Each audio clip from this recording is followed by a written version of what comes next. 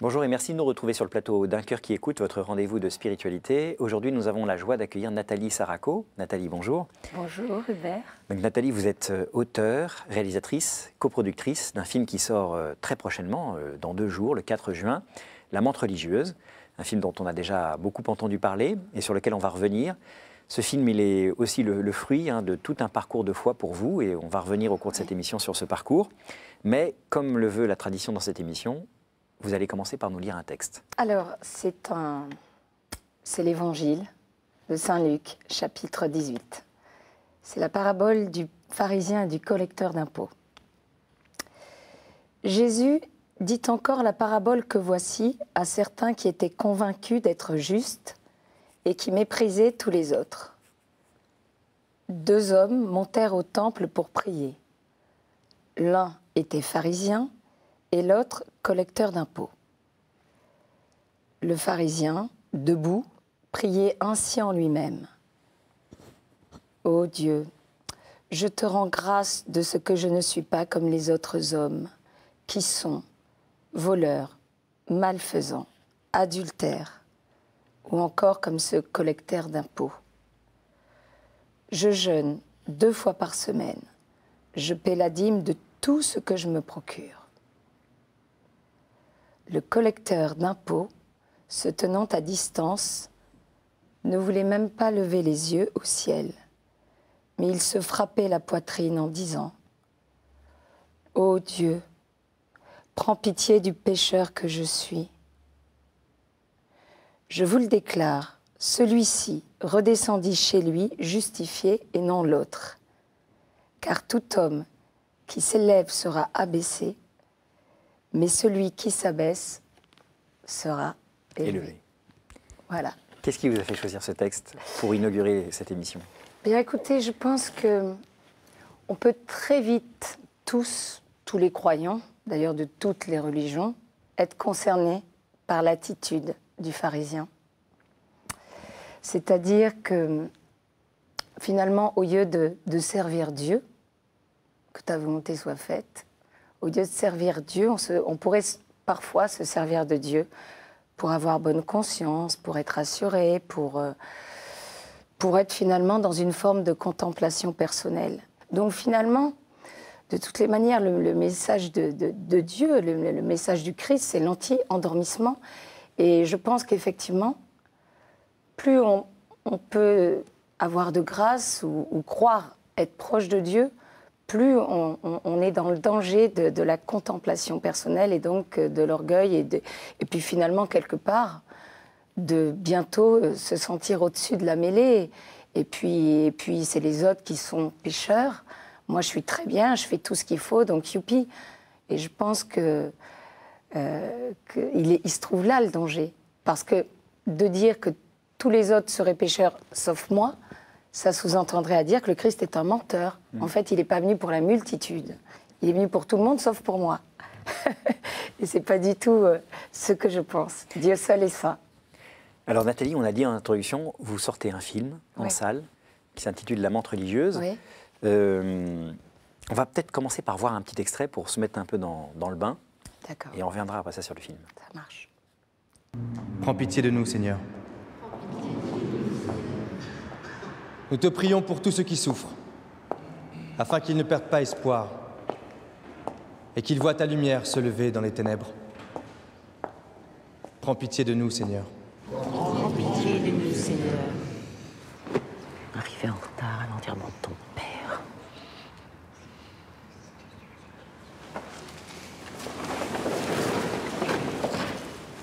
En plus, tu aurais pu faire l'effort de te dire autrement.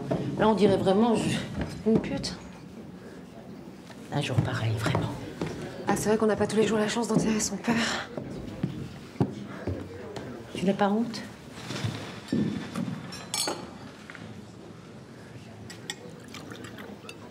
Vous voulez que je vous rappelle ce que feu mon père a laissé comme souvenir à sa fille? Mes sincères condoléances, Madame de Courcy. Merci infiniment, mon père. Vous connaissez ma fille, Jézabel? Non. Je vais vous la présenter. Jézabel, laisse-moi te présenter le père David. Bonjour, monsieur. Non, Isabelle, on ne dit pas monsieur, on dit mon père. Oh, dans l'absolu, votre fille a raison. Il n'y a que Dieu que l'on devrait appeler père. Ça y est, j'ai réparé la bécane. C'était juste un faux contact. T'es un chef, Stan, merci. Bon courage, madame de Courcy. Mes prières vous accompagnent. Au revoir. Au revoir et merci. Alors Nathalie, rapidement peut-être de quoi parle le film, qui sont ce père et puis Jézabel, quelle est leur relation? Bien écoutez, le film, je dirais, c'est l'histoire d'une Marie-Madeleine des temps modernes. C'est-à-dire, c'est le personnage principal, Jézabel, est malheureusement un petit peu à l'image d'une certaine jeunesse désœuvrée, en quête de repères, qui mène une sexualité désorientée, qui est dans le problème de l'alcool, de la drogue. Et donc, elle a tout, soi-disant, pour être heureuse. Elle est belle, elle est riche, elle est artiste, elle est adulée, elle séduit tout le monde. Mais on sent qu'elle est malheureuse, qu'il y a quelque chose qui ne va pas chez elle. Et en fait, le film démarre, elle rencontre un prêtre à un enterrement, donc le père David, ce qu'on vient de voir. Et au début, elle fait le pari avec sa meilleure amie de mettre le prêtre dans son lit. Voilà, elle n'a jamais été prête à son tableau de chasse, donc voilà. On démarre sur un petit pari, vous savez, comme dans les liaisons dangereuses avec Madame de Merteuil, Valmont, quelque chose de très rude, en fait. Et puis, en fait, je pense que ce prêtre va la regarder avec les yeux que Jésus avait quand il regardait Marie-Madeleine. C'est-à-dire, il va la regarder non pas comme un être vil ou quoi aux caisses ou à juger. Il va la regarder avec les yeux de l'amour, de la miséricorde, du non-jugement.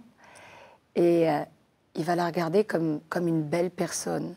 Et c'est le regard, en fait, que va poser le prêtre sur elle, parce qu'elle sait très bien qu'elle fait les 400 coups. En fait, elle se déteste, elle se dégoûte.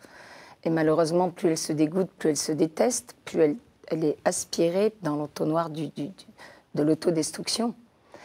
Et elle va être juste bouleversée par ce regard propre et qui lui renvoie pour une fois quelque chose de prometteur, je dirais humainement. Le regard de ce prêtre, le regard du Christ à travers ce prêtre, d'elle. Et en fait, petit à petit, voilà, le film démarre comme ça. Et puis très simplement, vous savez, c'est un film, je dirais, qui est positivement manichéen. C'est l'histoire de deux mondes qui s'affrontent. Le bien, le mal, le yin, le yang, c'est-à-dire comme en nous-mêmes. Le bien, le mal, la lutte. Moi, le petit humain complètement ballotté dans ma pauvre humanité fragile, qui se débat au milieu. Donc voilà, c'est une réflexion sur le sens de la vie, qu'est-ce qu'on fait sur Terre. Est-ce qu'on est là juste pour bouffer, boire, s'éclater par tous les moyens? Ou est-ce que notre vie a un sens? Est-ce que le sens de cette vie, ça ne serait pas l'amour? Et du coup, l'amour, ça ramène à Dieu. Donc c'est un film qui pose la question de Dieu aujourd'hui pour des gens, en fait, qui sont un peu paumés. Notamment, je parlais des jeunes, en effet. Et c'est un film d'actualité et il y a certaines personnes qui sont parfois choquées, notamment parmi des chrétiens, par le côté réaliste, je dirais un petit peu cru du film. Parce que le péché de Jézabel est montré de manière assez réaliste, c'est ça? C'est-à-dire que, oui, en fait, on ne voit pas réellement les choses. Le film n'a reçu aucune interdiction en moins de 12 ans, même pas un avertissement pour les moins de 10 ans. Là, je suis quand même un peu surprise, je dois le dire. Mais donc c'est pas qu'on voit, mais c'est la manière dont j'ai filmé, dont j'ai traité ce film. Il y a une certaine réalité, un certain danger, une certaine violence psychologique, et c'est un film exprès sensuel. Donc rien n'est gratuit en fait dans ce film. Il y a une ou deux scènes qui peuvent complètement déranger parce qu'elles sont, je dirais, elles sont cash, d'accord. Mais rien n'est gratuit parce que c'est pour vraiment montrer finalement que ce que fait cette fille n'apporte pas le bonheur, mais au contraire la destruction. Et c'est pour être quelque part mal, comme elle est mal, que j'ai voulu plonger le spectateur dans sa descente aux enfers, en fait. Voilà, mais comme je dis, ce problème de la sexualité désordonnée, de la perte d'identité à tous les niveaux, de l'alcool, de la drogue, une espèce d'autodestruction de Noé, de nos futurs, même si ça n'est pas dans nos familles, espérons. On n'est pas toujours derrière ce qui se passe dans l'intimité des jeunes, mais il y a des familles qui sont directement ou indirectement, comment dirais-je, confrontées à ce problème de leurs gamins, de leurs enfants qui souffrent. Et là, par exemple, je viens d'apprendre, il n'y a pas longtemps, il y a 15 jours, dans la même semaine, j'ai appris le suicide de 2 ados. 2 ados en plus de vraiment personne pensait, et surtout pas eux, bonne famille, des parents structurés, dans la foi, tout ça. 2 ados qui se sont suicidés. C'est d'une violence extrême, non?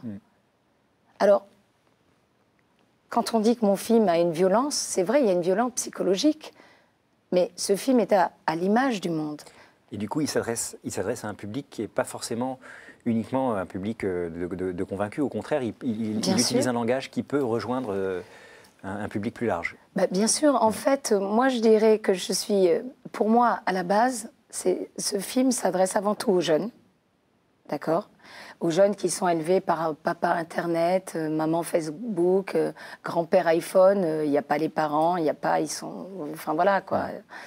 Et donc, qui vivent des choses comme ça. Et là franchement, c'est chaud. C'est vraiment même des gamins de 14 ans qui viennent aux avant-premières voir mon film. Et je les attrape à la sortie. Je dis, mais t'as pas été bousculé et tout. Ils me regardent comme si j'étais genre, d'où je viens, quoi.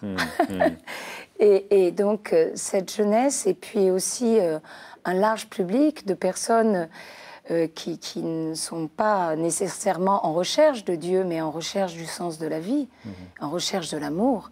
Et là, en ça, ce film est bien au-delà de la religion, de toutes les religions. C'est un film qui parle d'amour, du sens de la vie, de notre responsabilité à chacun. À travers ce prêtre, lui, c'est son sacerdoce qui est en jeu. Sa responsabilité, son engagement de marier au Christ, de consacrer au Christ corps et âme. Mais ça pourrait très bien s'adresser à un homme marié et de lui renvoyer son engagement de fidélité par rapport à son épouse. Et je veux dire, c'est un film à tiroir.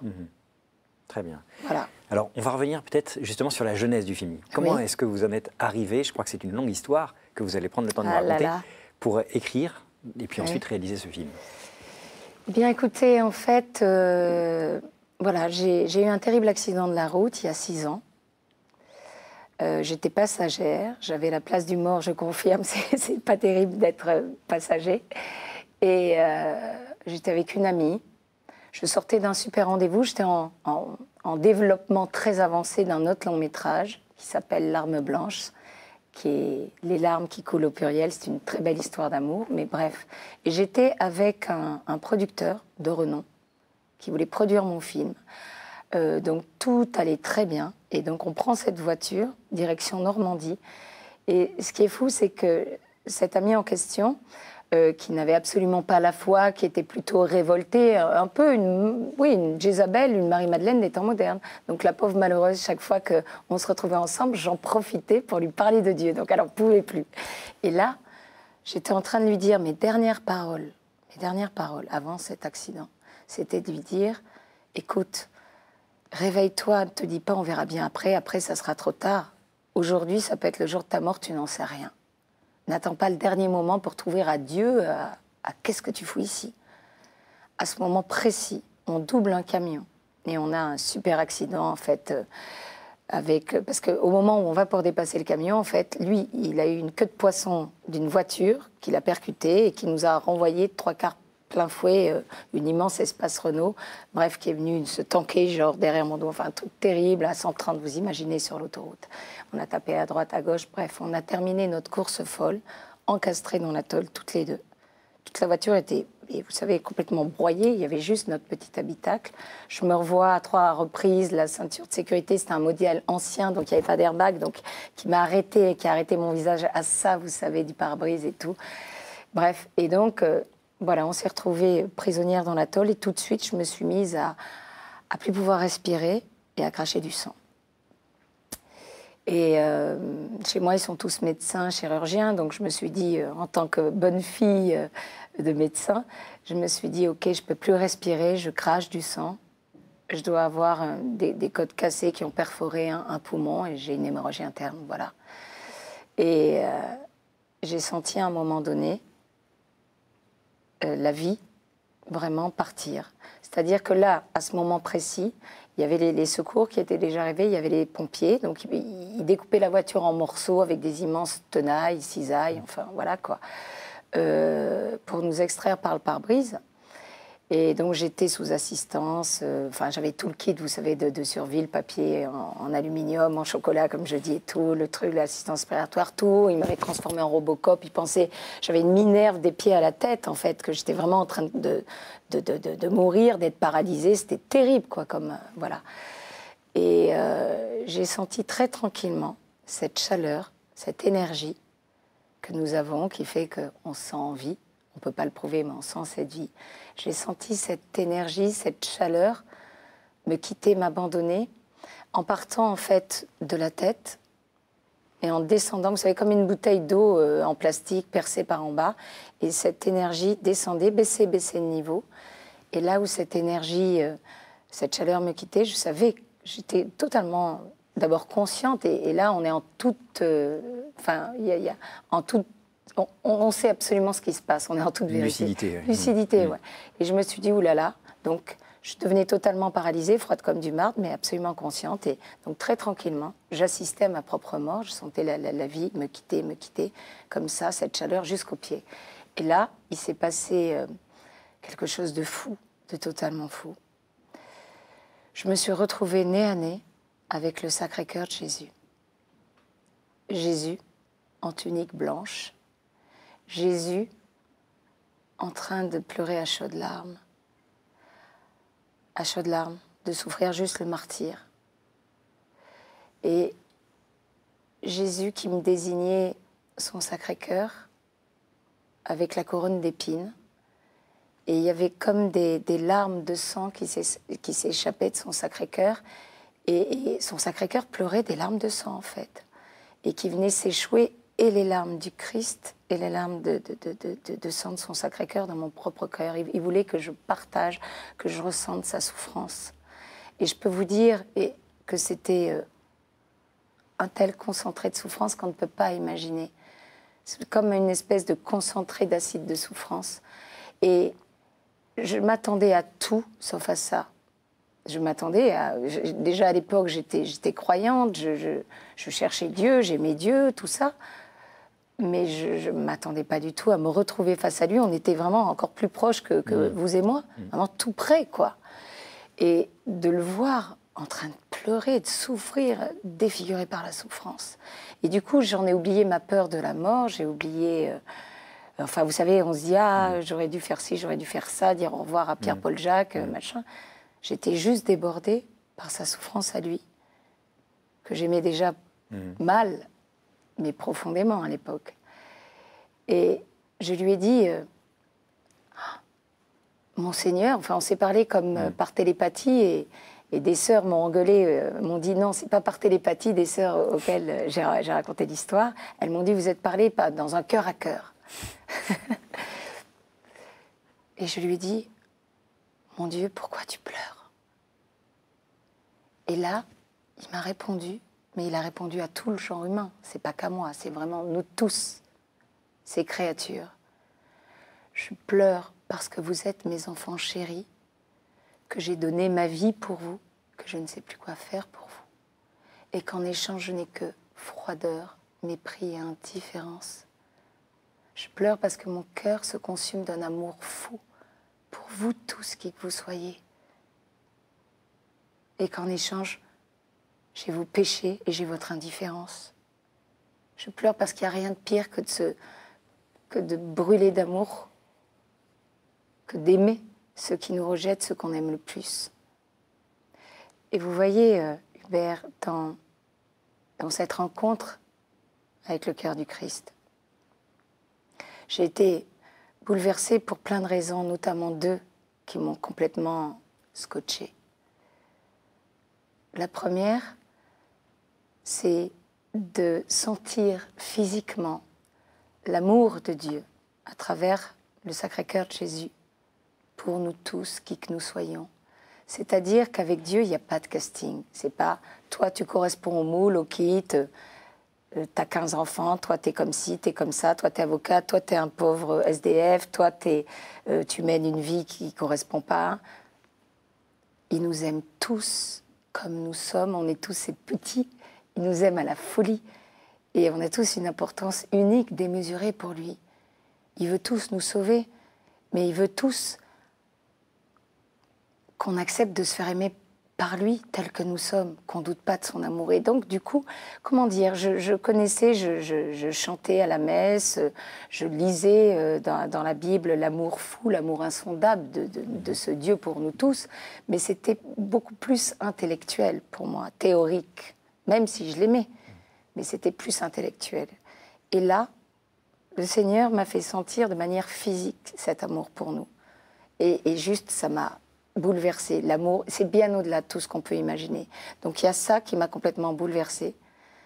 Et deuxièmement, que ce grand Dieu qui est parfait, qui est saint, qu'en plus du libre arbitre qu'il nous donne, d'accord, pour l'aimer ou le rejeter, il nous mendie à nous, pauvres pécheurs que nous sommes, son amour. Notre amour. Il nous mendie à nous, pauvres pécheurs, lui, ce grand Dieu, notre amour. C'est juste surréaliste. C'est dingue. Alors du coup, qu'est-ce que vous lui avez dit une fois qu'il vous a exprimé sa tristesse et sa...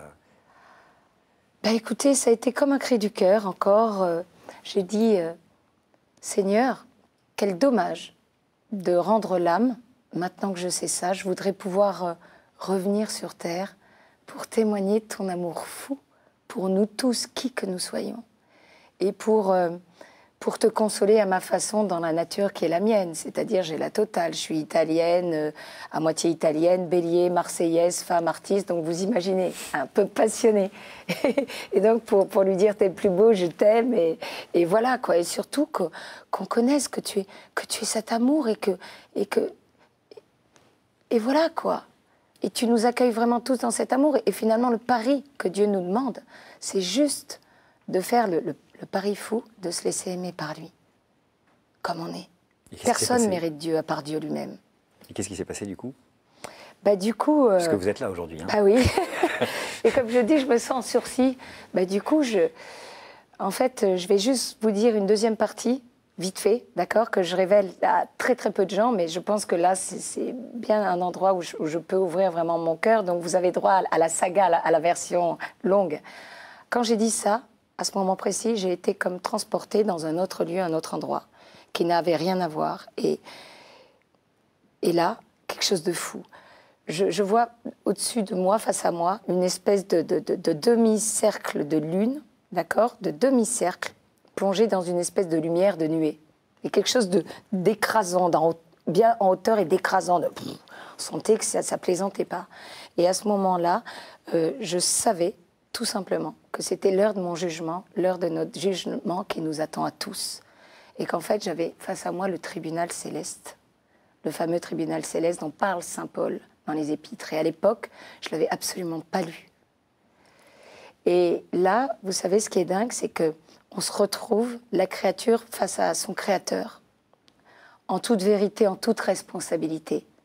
On doit répondre jusqu'au dernier petit pseudo-détail de notre vie. Pas question de dire, vous savez, comme à la cour de récréation, je lui ai tiré la langue parce qu'il m'a tiré les couettes, j'ai fait ci parce que ça. Non, là, c'est toi, la créature, face à ton créateur. Et là, une voix. Donc, je peux vous dire, on n'emmène pas large. Il vaut mieux le savoir parce que Dieu est miséricordieux, il est absolu dans son amour. Il veut tous nous sauver, certes, miséricordieux. Mais il est aussi absolu dans sa justice, sinon il ne serait pas Dieu. Ça dépend de notre réponse, de notre libre arbitre. Et là, une voix me dit, vous serez jugés, vous tous, les humains, vous serez jugés sur l'amour de Dieu, l'amour vrai de Dieu, et l'amour vrai des frères. Et qu'en gros, tout le reste, c'est de la littérature. Voilà. Et vous avez repris vie. Enfin, vous avez... Et alors, à ce moment précis, j'ai été comme réinjectée dans mon pauvre petit corps dans la voiture. J'ai fait comme si je me prenais une méga décharge. j'ai repris ma respiration, j'étais là complètement essoufflée, quoi. Et il s'est passé le phénomène inverse. C'est comme si on m'inoculait un liquide brûlant, de la pure lave, quoi, très très chaud, un liquide très chaud par les pieds. Et cette chaleur reprenait. Je me suis arrêtée net de cracher du sang et j'ai pu rebouger. Bon, je pétais pas la forme, évidemment, mais je savais que j'étais là encore, enfin voilà, que effectivement, depuis, je me sens en sursis. mais bon, finalement, on est un peu tous en sursis. Hein. Merci beaucoup Nathalie pour ce beau témoignage. Malheureusement, notre émission s'arrête là. Je rappelle donc que vous êtes l'auteur, la réalisatrice et la coproductrice de ce film qui sort en salle le 4 juin et qui s'intitule La Menthe religieuse, un site internet pour en savoir plus sur ce film, www.j'aimelamanthe.com. Merci encore d'avoir accepté notre invitation. J'en suis ravie. Et si vous voulez revoir cette émission, vous pouvez le faire sur le site internet de KTO, ktotv.com. Sinon, nous nous retrouvons la semaine prochaine pour une nouvelle émission.